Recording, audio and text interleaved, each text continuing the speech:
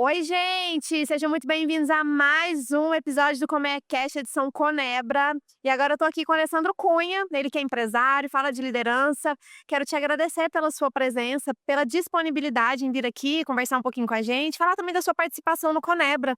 Então, quero começar te perguntando como que você enxerga um evento desse na nossa cidade? Legal, Camila, obrigado pelo convite. Eu que agradeço o privilégio, a oportunidade de estar aqui hoje.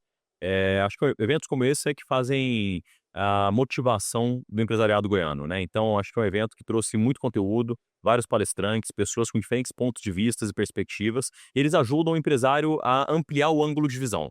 Essa é a grande questão, né? Eventos como esse ajudam empresários a sair, né, do seu dia a dia, daquilo que eles estão acostumados a fazer e ampliar a sua perspectiva, seu ângulo de visão, para implementar melhorias nos seus negócios. Então, acho que essas iniciativas são fundamentais para o apoio do empresariado goiano. E como que começa a sua trajetória como empresário? Você já foi para esse lado profissional aí como PJ ou você teve ali um histórico no CLT até entender que podia ter essa liberdade? Legal. Minha jornada ela começou aos 14 anos de idade. Eu comecei a trabalhar numa empresa onde meu pai era sócio, né? Eu fiz um curso de montagem e manutenção de microcomputadores. Na época, a demanda da empresa era desenvolver uma rede lógica para conectar os computadores e compartilhar a internet. E eu fui aprender isso e comecei a trabalhar aos 14. Trabalhei dos 14 aos 18 nessa empresa. Depois disso, resolvi entrar na área pública. Comecei a fazer concursos públicos, passei na faculdade de Direito. Depois disso, fiz alguns concursos. Mas eu descobri que gostava mais de passar em concurso do que trabalhar no concurso. Então, dos 18 até os 22 anos de idade, eu passei em 6 concursos, trabalhei no máximo um ano em cada um deles, e aí aos 22 eu decidi começar a advogar. Então, me formei em Direito, entendi que eu queria advogar no setor elétrico com um propósito muito claro de desenvolver soluções no setor elétrico, acompanhando toda a parte regulatória e jurídica para gerar economia para os clientes. Então, o que eu queria trazer era uma solução de economia, né, tanto para geradores quanto para consumidores, e eu comecei a desenvolver isso. De lá para cá, dos 22 anos para cá, eu não parei de empreender. Então, fui montando outros negócios, né? Comecei a BC Comercializadora em 2013, depois disso comecei uma empresa de serviços, né, de consultoria no setor elétrico, depois disso entrei em geração de energia, comecei a construir usinas fotovoltaicas e hidrelétricas, depois disso comecei a entrar em clientes menores, até hoje nós temos um modelo de energia por assinatura, onde a gente atende clientes a partir de R$ 300 por mês, trazendo economia sem investimento. A gente não vende placa solar, o que a gente vende é economia no bolso dos nossos clientes. A gente já gerou mais de 600 milhões em economia para os nossos clientes, a gente quer alcançar até 1 bilhão de economia nos próximos 3 anos. Então hoje, empreender está dentro do meu DNA, está dentro daquilo que eu gosto de fazer. Eu já vendi 4 empresas, já comprei 2, né? Tenho o objetivo para esse ano de vender mais 4 empresas e comprar mais 2. Então, fazer negócios, né, gerar, impactar vidas, transformar vidas através de negócio é o meu propósito. Você gosta de desafios, Gosto. né, e isso é muito bom quando a gente fala de um empreendedor. Então, você concorda comigo que empreender também é assumir riscos e que o empreendedor ele tem que ser uma pessoa que ela é corajosa, talvez não nasceu corajosa, mas ela pode desenvolver essa coragem, essa confiança para poder viver os desafios e crescer com eles? Com certeza. Eu fiz até recentemente uma reflexão no Instagram, até deixar meu Instagram depois aí, quem quiser seguir, eu tenho compartilhado bastante sobre aquilo que eu tenho aprendido na minha trajetória, né, alessandrob.cunha, sobre o estágio do profissional. Todos nós começamos como trabalhadores. Todos nós vendemos o nosso tempo, em troca de uma remuneração. A questão é que quando a gente gera valor com o nosso trabalho, a gente começa a crescer. A partir do momento que nós entendemos como trabalhadores que o nosso tempo é a ferramenta que nós temos para agregar valor para outras pessoas, a gente começa a gerar um ciclo de geração de valor. Então, eu estudo, eu aprendo, eu desenvolvo soluções através do meu trabalho para entregar resultado onde eu estou. Desse estágio, a gente passa para o estágio do empreendedor. E todo empreendedor, ele pega tudo que ele aprendeu como trabalhador e aí ele começa a colocar o seu próprio capital, ele passa a emprestar o tempo de outras pessoas e passa a assumir riscos. E essa é a grande diferença entre o trabalhador e o empreendedor, é a quantidade de risco que ele passa a assumir. Ele começa a tomar outros riscos que não estão só associados ao empregar o próprio tempo, mas empregar o recurso, o dinheiro dele e o tempo de outras pessoas, né. E à medida que você vai realizando, né, alcançando resultado e realizando resultados, você vai crescendo como empreendedor. E você pode chegar ao nível de investidor. E aí o investidor é aquele que avalia negócios, que avalia pessoas e coloca o dinheiro dele para retornar para ele. Ou seja, como empreendedor, você coloca dinheiro e tempo, energia, né, você assume riscos e você vai alcançar resultados através disso. Como investidor, você bota o dinheiro para trabalhar para você. E aí você vai ter que, obviamente, também assumir riscos, vai ter que fazer leituras muito boas de negócios e pessoas, mas você vai conseguir diversificar isso de forma mais clara. O empreendedor não consegue diversificar tanto. Empreender depende de você, depende de arregaçar as mangas e fazer acontecer. Então é muito difícil empreender de forma diversificada. Você tem que concentrar esforço em alguns negócios, não em muitos. Como investidor, você pode fazer isso, porque você tem menos força do braço e mais força do capital e da avaliação de negócios e riscos. Maravilha. E quando você fala, né, da venda de empresas, eu não sei se ficou claro para mim, mas eu entendi que você vai lá, starta aquele negócio e daí você vende, é isso? Exato, exato. Eu acho que todo negócio é feito para dar lucro. E a partir que seu negócio passa a dar lucro de forma consistente, ele passa a ser um negócio atrativo para compra. Entendi. Então, assim, existe um conceito comum de que as pessoas vendem quando não tá bom. Isso está completamente equivocado. Você não vende algo que não é bom. Você só vende algo que é bom. E empresa é isso. Então, qual que é a minha visão de negócio? Você enxerga um problema, desenvolve uma solução eficaz, essa solução é relevante e agrega valor para o seu cliente, logo, você consegue precificar ela bem, e aí você passa a ter um negócio que vale dinheiro. Você tem o controle sobre esse negócio e desenvolve ele para ele poder ganhar tração em escala. Quando isso acontece, você tem um negócio que gera caixa, que entrega uma solução real no mercado que pode crescer. Isso aqui é o desenho perfeito para ter um negócio com valor para venda. Agora, quando você bota ele à venda, dificilmente você consegue o valor que você quer. Agora, quando ele gera valor para você, quem está fora enxerga e quer comprar. E aí é aqui que está o grande lance. Então, eu já fiz isso em outros negócios, então minha visão é: pega a ideia, desenvolve a ideia, gera valor, agrega valor, cresce, escala, gera caixa a longo prazo. Quando isso acontece, o seu negócio vai ser interessante para outras pessoas. E aí você vai ter a oportunidade de vender em algum momento. E quando na verdade, assim, eu tenho uma visão que facilita o caminho de quem, de repente, já tem um negócio e quer expandir, ou de alguém que precisa começar algo, mas às vezes não se sente tão seguro, tem medo de passar por essa fase inicial que a gente sabe, né, que existe aí essa ideia de que uma empresa às vezes demora 5 anos para ela poder realmente te dar resultado, e eu acho que isso é muito Depende muito de negócio, eu acho. não dá pra, tipo, ai, certeza que vai ser assim, né, enfim, cada caso é um caso, mas as pessoas têm muito essa crença. Mas num contexto geral, dentro desse trâmite, você consegue perceber que as pessoas conseguem levar o negócio ali e sustentar para que ele realmente seja um negócio que vai progredir, que vai crescer, que vai continuar expandindo? Acho que a grande questão é que o brasileiro, em geral, ele é muito trabalhador.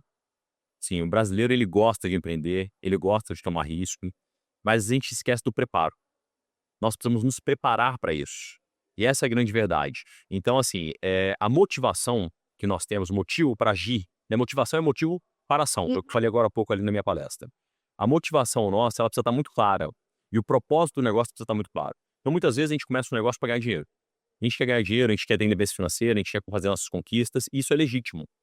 Mas a gente esquece que a gente não faz isso de forma simplista.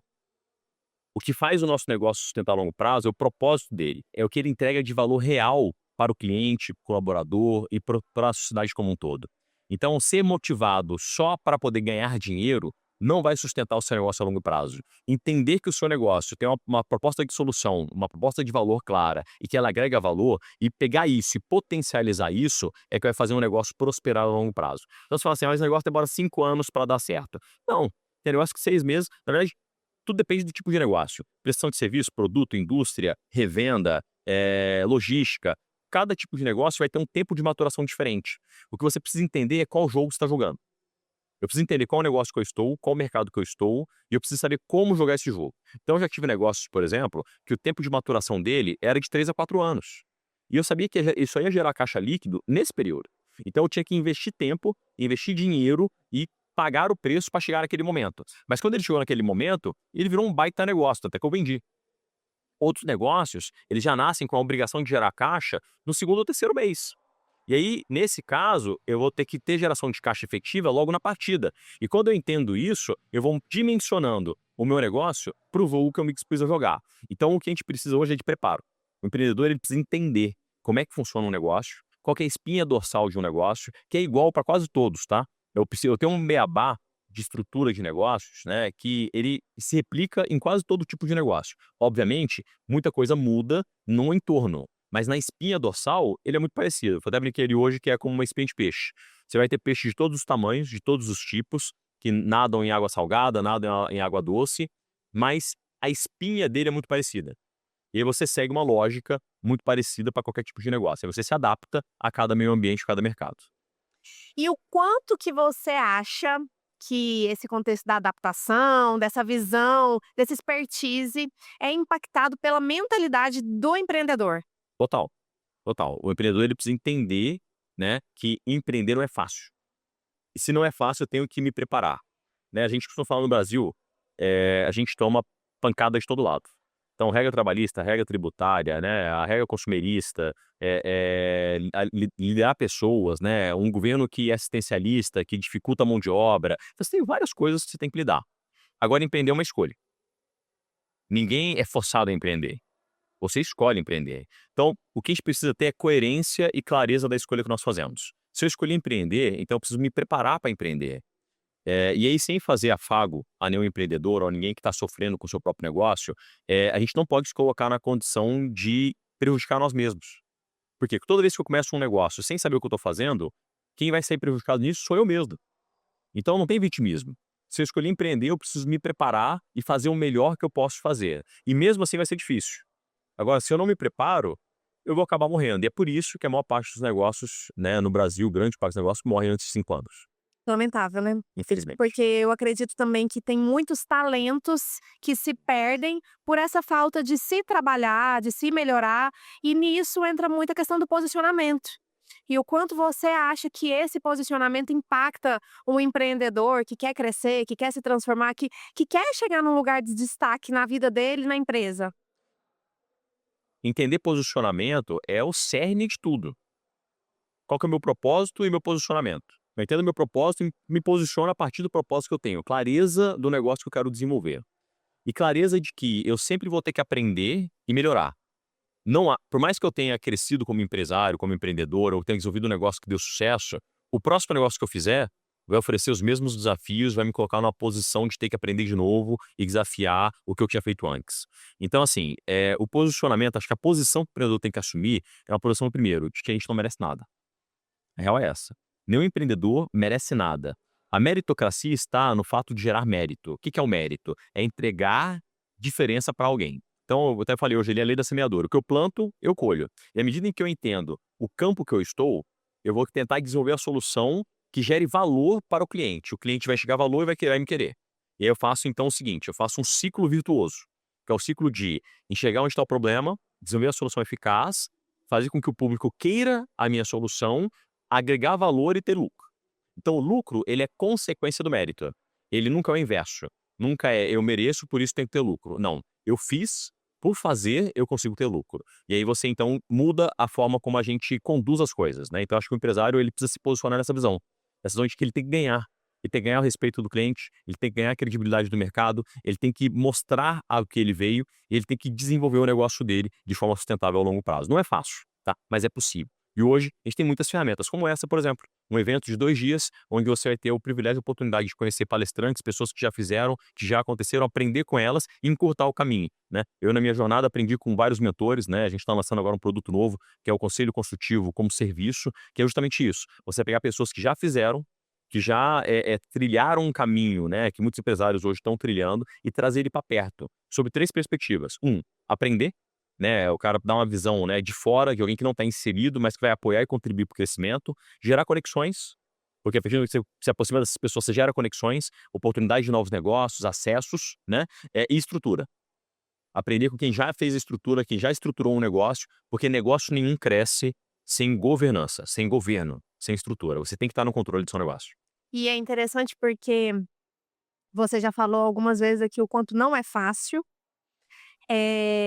E quando você me conta que você passou também em vários concursos e que você estrutura empresas, vende empresa, a visão que eu tenho de você, muito embora eu não te conheça ainda, é de que há uma disciplina dentro da sua rotina, que você realmente é uma pessoa que está em ordem para que as coisas realmente aconteçam.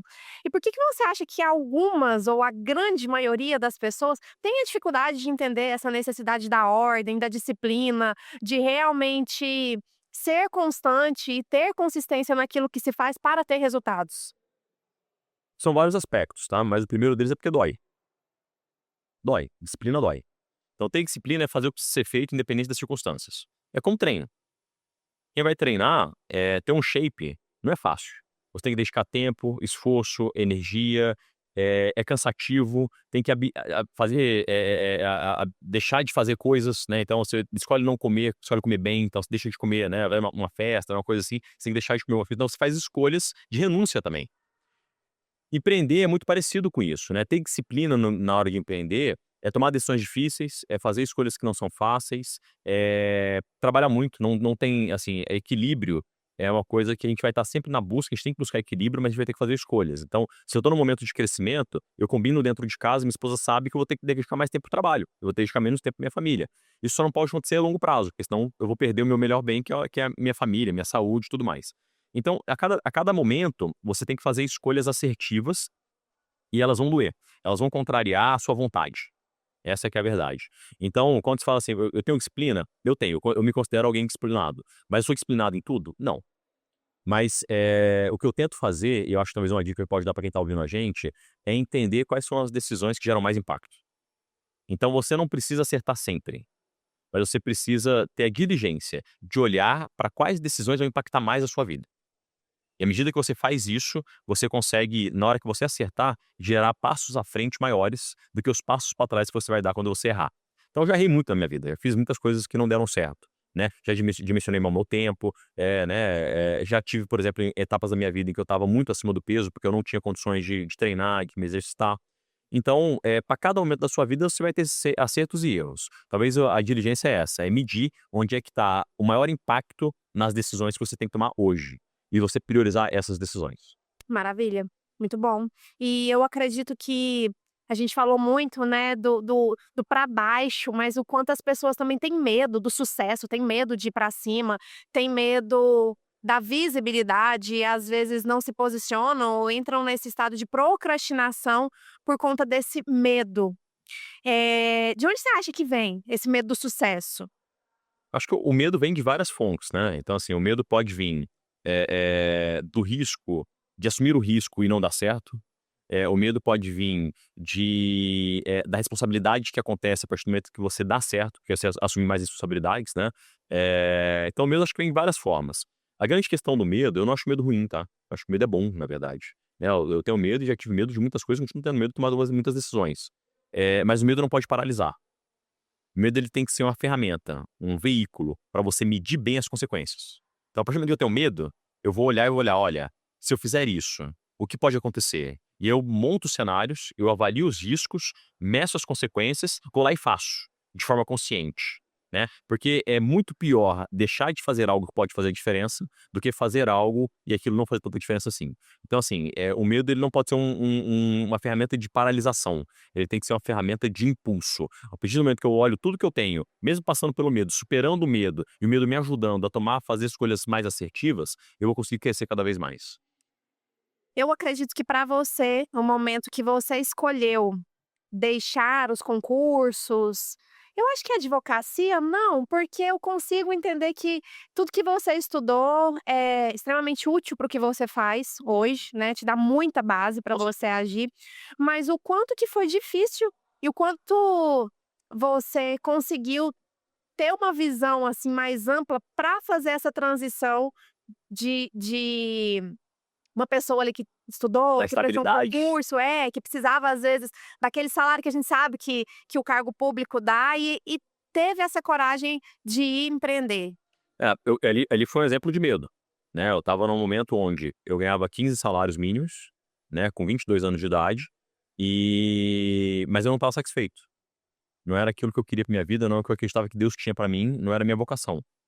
E eu precisava fazer uma escolha. E essa escolha, ela não foi impensada, ela não foi impulsiva, eu pensei muito, eu conversei com a minha esposa, eu conversei na minha família estava de acordo com esse processo, eu sabia que eu ia ter que dar passos para trás, pra poder construir passos para frente. Então assim, obviamente eu tinha muito medo, mas eu tinha um plano. E eu tinha convicção de que se eu fizesse bem o plano que eu tinha, desenhado, eu ia conseguir. E de fato foi o que aconteceu. Então eu saí, por exemplo, de 15 salários mínimos para 2 salários mínimos, dei um passo para trás gigante, Mas naquele momento eu tinha um plano e eu consegui, e eu fui fiel. Eu tive a disciplina de olhar para o plano e fazer o que tinha que fazer. E aí eu consegui, né, primeiro juntei um dinheiro, fiz uma poupança, né, eu tinha que aprender a advogar e desenvolver a minha tese de advocacia em 1 ano e meio, eu consegui fazer isso em menos de 1 ano, e a coisa começou a fluir, Deus abençoou, obviamente eu tenho, né, eu acredito em Deus, sou cristão, eu acho que Deus ele tem que estar no centro de todas as escolhas, né. Então essa escolha foi pautada por uma decisão, né, por um direcionamento de Deus, e se Deus direcionou, Deus vai abrir as portas. Mesmo as portas fechadas, elas nos ensinam para a porta que vai ser aberta no futuro.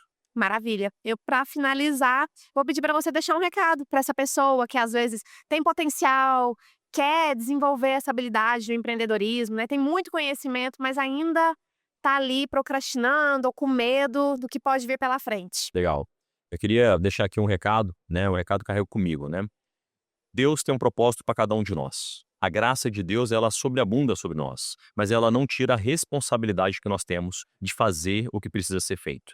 Então, se você quer empreender, se você quer desenvolver o seu próprio negócio, monte um plano, veja o impacto que você pode gerar através desse plano, desenhe bem a sua solução, o seu produto para que ele seja algo que as pessoas queiram, que faça diferença na vida das pessoas. Pode ser em qualquer aspecto. No dia que você entender isso de forma clara e você construir o passo a passo de como você quer fazer isso, seja disciplinado. Faça o que tem que ser feito. Você vai ter que abrir mão de muitas coisas, você vai ter que fazer escolhas difíceis, não vai ser fácil, mas se você se manter disciplinado, fiel e você entender o que você está entregando, você vai conseguir alcançar os resultados que você colocou para você.